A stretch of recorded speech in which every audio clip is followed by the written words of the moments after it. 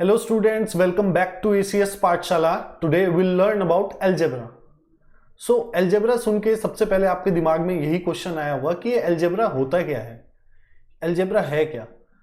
तो algebra एक mathematics की एक ब्रांच होती है, एक मैथमेटिक्स में एक टॉपिक होता है जिसमें कि हम नंबर्स को रिप्रेजेंट करते हैं with the use of letters जैसे कि x, y, z, जो भी कोई भी लेटर हम ले सकते हैं तो उससे हम नंबर्स को रिप्रेजेंट करते हैं और these letters are called variables.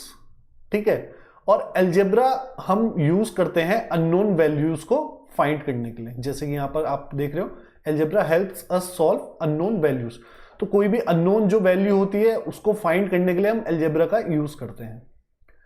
तो अब ये वेरिएबल्स क्या होते हैं?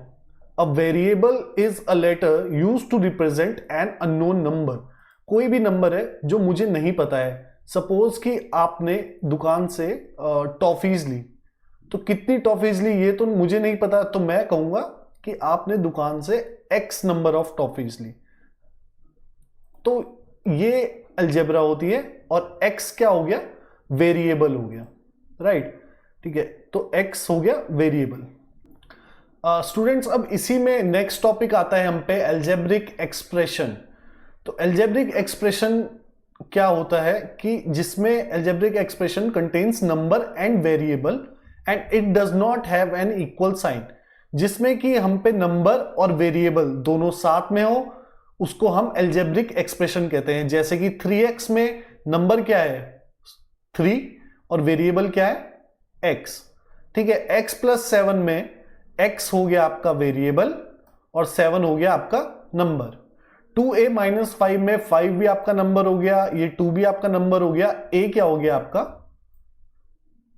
वेरिएबल. ठीक है, तो मैंने आपको जैसे बताया था, ये a, ये b, x, y, z, ये सब कॉमनली यूज्ड वेरिएबल्स हैं. ठीक है, तो ये सब अलजेब्रिक एक्सप्रेशन कहलाते हैं जब इसमें इक्वल टू का साइन नहीं होता है. तो स्टूडेंट्स, अब देखते हैं कि अलजेब्रिक एक्सप्रेशन में क्या क्या चीजें होती हैं. तो अलजेब्रिक एक्सप्रेशन में बेसिकली 3 चीजें होती हैं. एक होती है टर्म्स, एक होती है कोफिशिएंट और तीसरी होती है कांस्टेंट.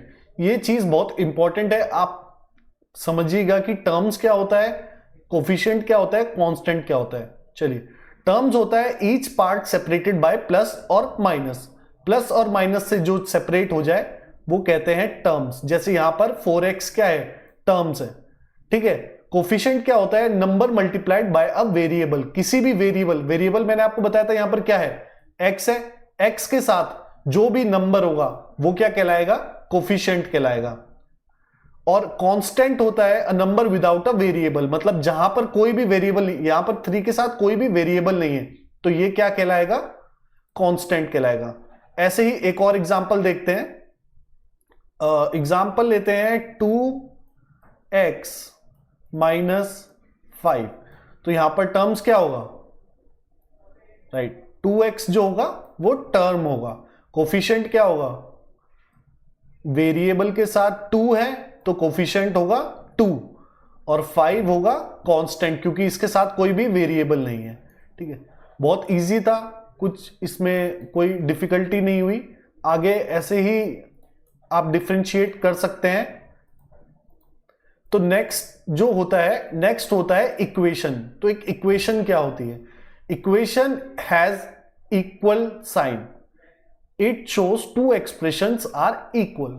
ठीक है, अलजेब्रिक एक्सप्रेशन और अलजेब्रिक इक्वेशन में डिफरेंस किस चीज का है? ये इक्वल टू साइन का डिफरेंस होता है. अगर ये सिर्फ x प्लस 3 लिखा होता तो ये क्या बन जाता? Algebraic expression. बट अब जब इक्वल टू 7 आ गया तो ये एक इक्वेशन बन गई है. ठीक है, इक्वेशन को हम सॉल्व करते हैं वेरिएबल की वैल्यू निकालने के लिए. जैसे कि यहां पर है x प्लस 3 इक्वल टू 7. तो यहां पर जब ये 3 इक्वल टू के इधर जाता है तो ये प्लस से माइनस हो जाता है, इसका साइन नेगेटिव हो जाता है. जब पॉजिटिव रहता है तो नेगेटिव हो जाता है, नेगेटिव रहता है तो पॉजिटिव हो जाता है. तो यहां पर x इक्वल टू 7 माइनस 3 हो जाएगा. और 7 माइनस 3 कितना होता है स्टूडेंट्स? 4. तो x की वैल्यू 4 आ जाती है. ऐसे ही सॉल्व करके हम वेरिएबल्स की वैल्यू निकाल सकते हैं, बट जब वो इक्वेशन में हो। तो स्टूडेंट्स अब आपको समझ आ गया होगा कि अब एक इक्वेशन में और अलजेब्रिक एक्सप्रेशन में फर्क क्या होता है। तो अब हम एक एग्जांपल लेते हैं, एक रियल लाइफ एग्जांपल लेते हैं। That suppose you have some chocolates, आप पे कोई चॉकलेट है, इसको मैं कंसीडर कर रहा हूं एक्स। सपोज आप पे एक्स चॉकलेट है, यहां पर एक्स क्या हो गया, वेरिएबल हो गया, ठीक है। यू बाय 5 मोर चॉकलेट, आपने 5 मोर चॉकलेट ली तो क्या हो जाएगा, प्लस आपकी टोटल चॉकलेट प्लस 5 हो जाएगी, और टोटल चॉकलेट्स जो है वो आपकी 12 है। आपने कहा कि मैंने 5 और चॉकलेट लिया और टोटल मेरे पे 12 हो गई है, तो मेरे पे पहले कितनी चॉकलेट थी। तो इसको हम सॉल्व करेंगे अल्जेब्रिक, ये एक अल्जेब्रिक इक्वेशन बन गई, इसको हम सॉल्व करेंगे और आपको इस x की वैल्यू निकाल के दिखाएंगे, ठीक है। तो x प्लस 5 इक्वल टू 12, तो ये प्लस जब राइट हैंड साइड में जाएगा तो ये माइनस 5 हो जाएगा। जैसे कि मैंने आपको पहले ही बताया था, ये प्लस इधर जाता है तो माइनस होता है, और अगर माइनस होता है और वो इधर जाता है तो वो प्लस हो जाता है, साइन चेंज हो जाता है। तो ये बन जाएगा आपका x is equal to 12 minus 5, और 12 माइनस 5 इक्वल टू 7। तो मतलब इनिशियली आप पे 7 चॉकलेट्स थी, तो आप पे प्लस 5 और ली तो टोटल चॉकलेट 12, तो x की वैल्यू 7 आ गई यहां से। तो ऐसे ही बहुत ही इजी है, बस थोड़ा सा समझना है, ठीक है, और आपको ये यूज करना है अपनी रियल लाइफ में। स्टूडेंट्स इसका आप स्क्रीनशॉट ले सकते हैं, ये क्वेश्चंस आप ट्राई कर सकते हैं, और कोई भी इशू आता है या कोई भी आप प्रॉब्लम है तो वो आप कमेंट में लिख सकते हैं। तो स्टूडेंट्स अब हम देखते हैं कि हमने इस चैप्टर में क्या क्या सीखा। तो हमने सबसे पहले तो सीखा algebra uses letters and symbol to represent numbers, ठीक है। नंबर को रिप्रेजेंट करने के लिए हम लेटर्स और सिंबल का यूज करते हैं, मोस्टली एक्स, वाई, जेड, ये सब यूज करते हैं हम। A variable is a letter that represent an unknown number, तो ये जो एक्स वाई जेड जो हम यूज करते हैं इनको कहते हैं वेरिएबल्स। तीसरी चीज हमने देखी कि an algebraic expression contains numbers and variables but have no equal to sign. ये मैंने आपको इसका डिफरेंस भी बताया था कि इसमें इक्वल टू साइन नहीं होता है। जैसे 4x प्लस 3 है तो ये क्या होगा, एक्सप्रेशन होगा जिसमें कि ये टर्म होगी, ये कोफिशिएंट होगा, ये कांस्टेंट होगा। An equation has an equal to sign, it shows two expression are equal, ठीक है।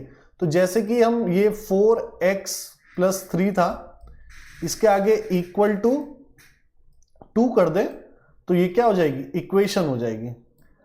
We can solve equation to find unknown values, जैसे कि मैंने एग्जांपल बताया था आपको, एक एग्जांपल हमने सॉल्व किया था। तो किसी भी की भी अननोन वैल्यूज फाइंड करने के लिए हम इक्वेशन को सॉल्व कर सकते हैं।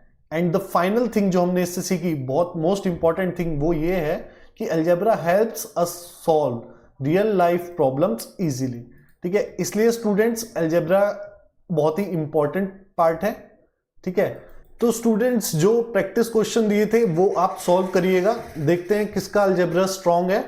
और फॉलो करें, सब्सक्राइब करें ACS पाठशाला को for more such videos. Thank you.